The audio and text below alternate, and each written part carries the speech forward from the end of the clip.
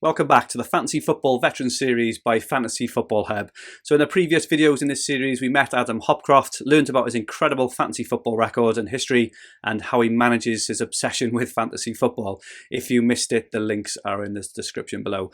In this video, we're going to ask Adam for his fantasy football tips. So firstly, Adam, if that's all right, if I could ask you, what is the best piece of fantasy football advice you have ever received? I think probably about being flexible and not having a team that's too imbalanced, because I think it's things change so quickly in terms of trends, in terms of formations, and I think if you put yourself in a position where you're you need three moves to maneuver players, I think that can be difficult. So I think for me, having a flexible team makes it easier for the long run in terms of transfers. But I just think it's for me, I've always found it better. I think I've been burnt a couple of times where I've tried to shoehorn too many types of the same player in, and then it's made it difficult to another player starts doing really well. It's made it difficult to go back to them. So I think flexibility is probably the one thing that's consistent with most people that do well have got a flexible team, or they can get to players fairly easily. Cool. Okay. And what is the biggest mistake you see fantasy football managers make? I would say, well, I think being inflexible is one. I think following the crowd is, and getting, not really thinking about it themselves. And a lot of people, I mean, I get asked, and I don't mind. I'm happy to answer any questions, but I'll always get asked, "Who should I do this? What should I do this? What do you think?" And to be honest, I get some things right, I get some things wrong. I think using your own decision-making process, and I think people just not copying, but just putting no thought into it and just following the crowd. I think me, that, and I think like we talked about previously, it is a game and it is competitive with other people, but the person you're going to have to, I think you get to a point where you're competitive with yourself and you can beat yourself, and you can go against your gut feeling. You can go against what you think's the right decision. And I think for me that trying to stay on top of your own decisions is a mistake that people will make. They'll go against what they think they should do. Whereas it's much more fun and it's better in the spirit of the game to, you think this is going to happen, go for it, and I think that's probably the biggest mistake I think we've all been guilty of. And I think with the emergence of the Twitter community and other forums, etc., it is easier to find doubt for your decisions. And I think it's quite easy as well on the flip side.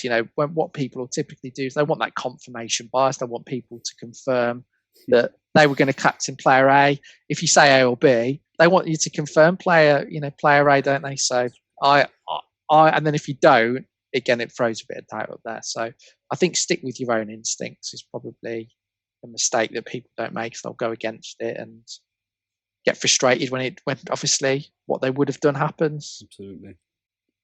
So what is your biggest tip, Adam, for fantasy football managers? I think try and find your own style and play the game your own way, and don't worry about what other people do. I think the one thing that I have learned and that I advocate massively is no single player is essential. The reason I hate that word, and I think that, possibly in the days of Suarez, Van Persie, where they were a dominant captain, and Salah more recently, a couple of seasons ago, I get it. They probably, Salah at 9 million I wouldn't say he was essential, but he was close to. So I'm very against,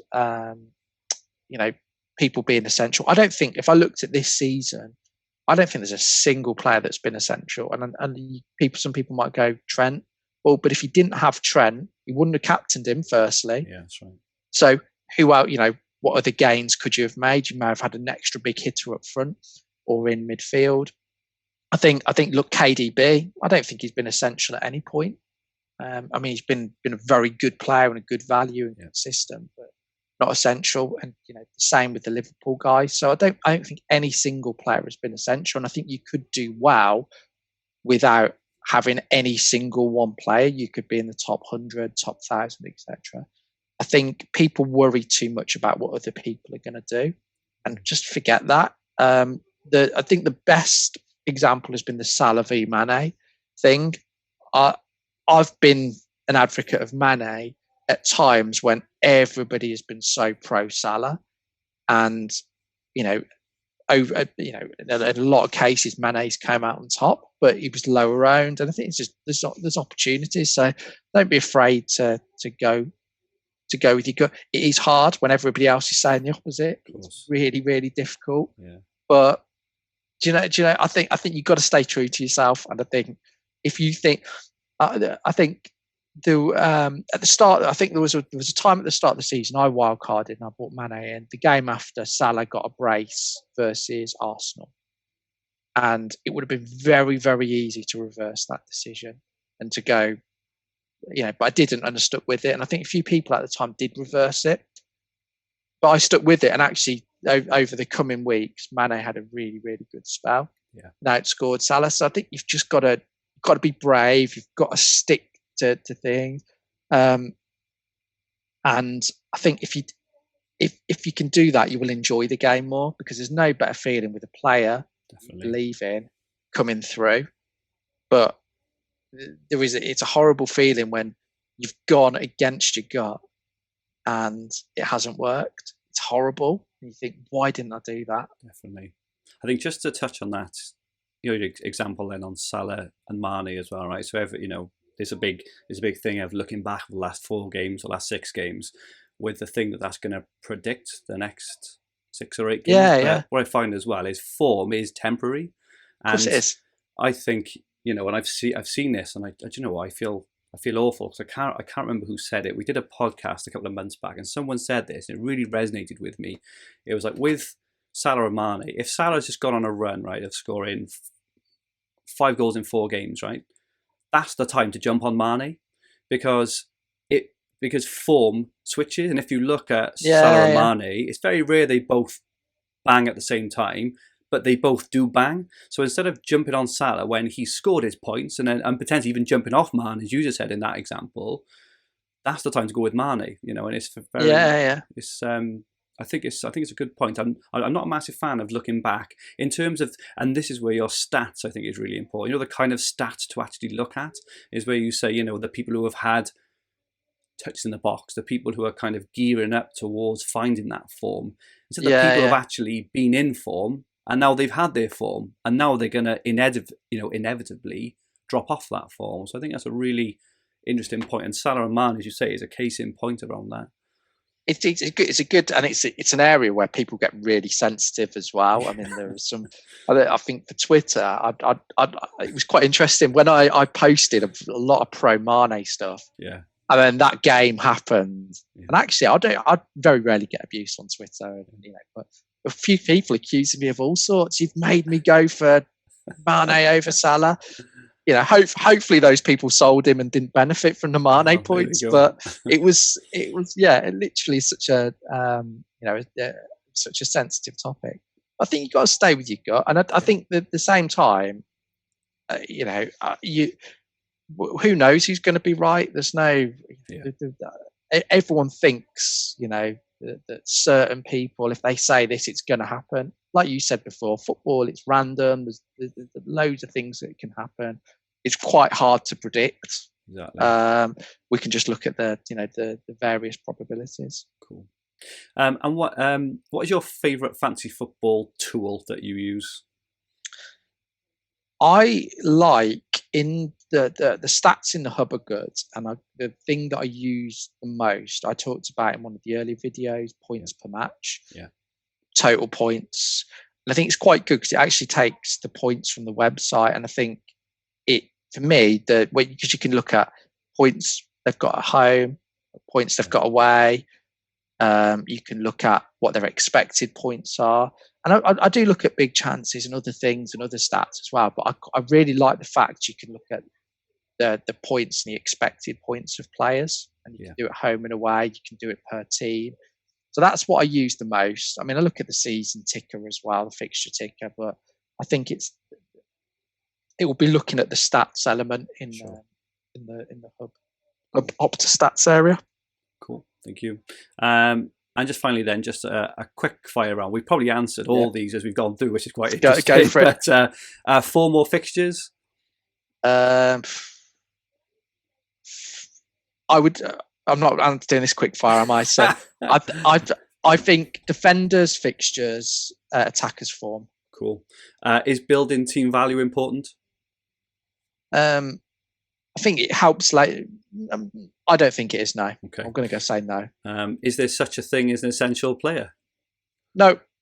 And finally, stats or eye test? Eye test. Cool. Okay.